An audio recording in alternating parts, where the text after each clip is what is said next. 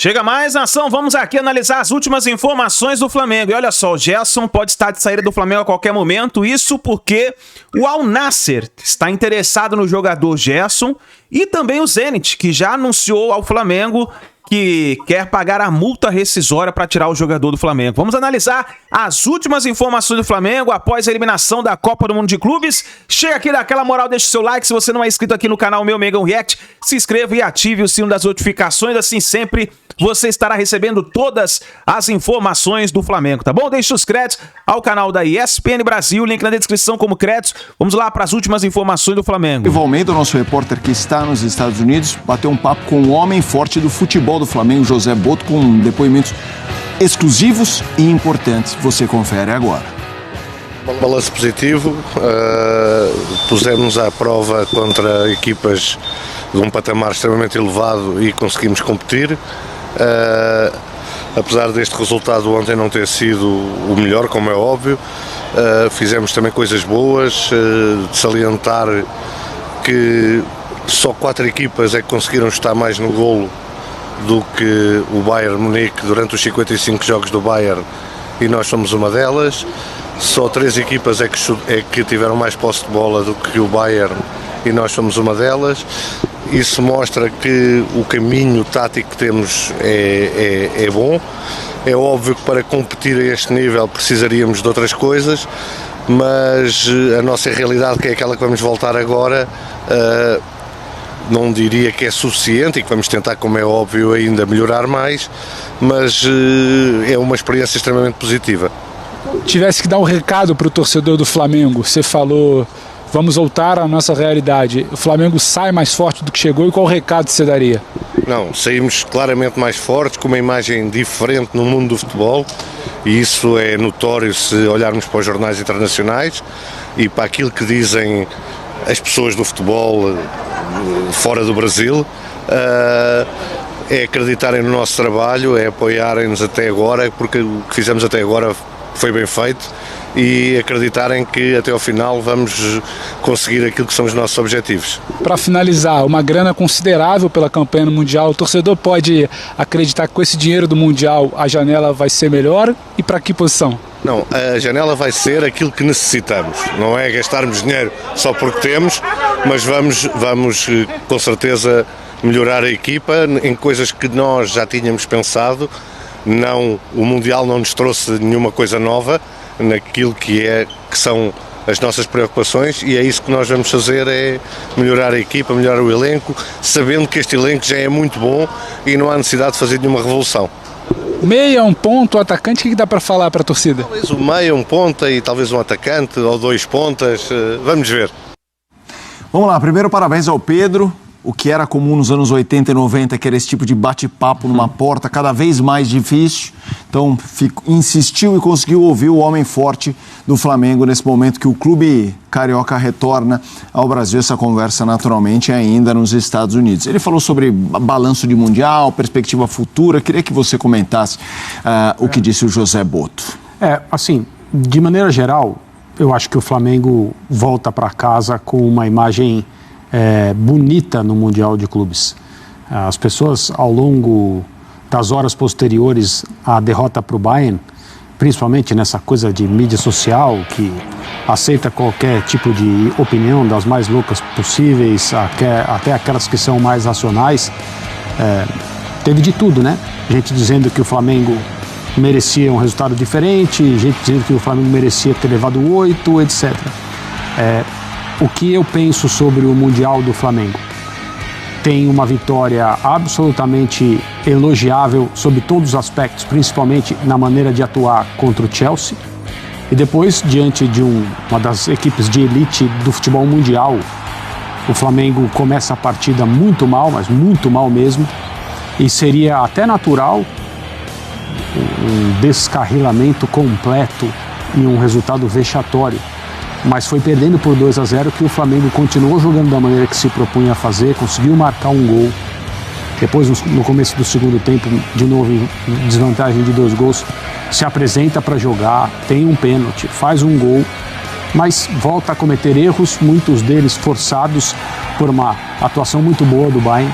que pode não estar perto do seu 100% em termos de capacidade física, etc. Tudo isso que a gente precisa considerar sempre, mas indiscutivelmente é um time superior ao do Flamengo. O resultado foi normal. Então, diante daquilo que a gente imaginava que o Flamengo poderia fazer, e o jogo contra o Chelsea estava marcado, porque era um jogo que a gente tinha garantia de ver a partir do momento em que caíram no mesmo grupo, a impressão que eu tenho, a sensação que ficou para mim é de uma campanha bonita em relação à maneira de atuar e uma situação de investir nessa maneira de atuar a partir de agora, que é o que me parece ser a decisão de todas as pessoas que trabalham no futebol do Flamengo, na comissão técnica, abaixo e acima também, com essa entrevista que o Boto deu ao Pedro Ivo. Bom material, mais uma vez, é importante e interessante saber o que pensam as pessoas que comandam o futebol do Flamengo e assim, eu acharia muito estranho e não concordaria com qualquer mudança no rumo por causa de uma eliminação que para mim foi um resultado normal e esperado até. Inesperado seria o Flamengo vencer o Bayern, o que não seria, pela forma como o Flamengo atua, uma coisa do outro mundo. Seria um resultado gigantesco, uma façanha do ponto de vista esportivo, como a gente vem classificando os embates entre sul-americanos e europeus, mais especificamente brasileiros e europeus. Mas se o Flamengo tivesse vencido o Bayern, seria algo conquistado a partir da maneira que o Flamengo joga futebol. E isso sim teria muito valor, mas o que aconteceu foi bastante diferente disso.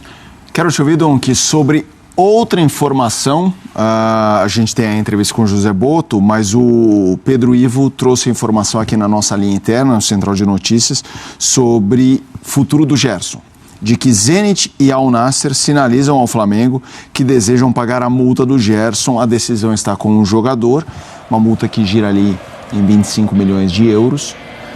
Ele já foi para o Mundial naquele clima mais pesado por essa história do Zenit, seu empresário, o pai agora... Ser vaiado até pela sim, torcida. Sim, tem né? Moeda, né, e tudo mais.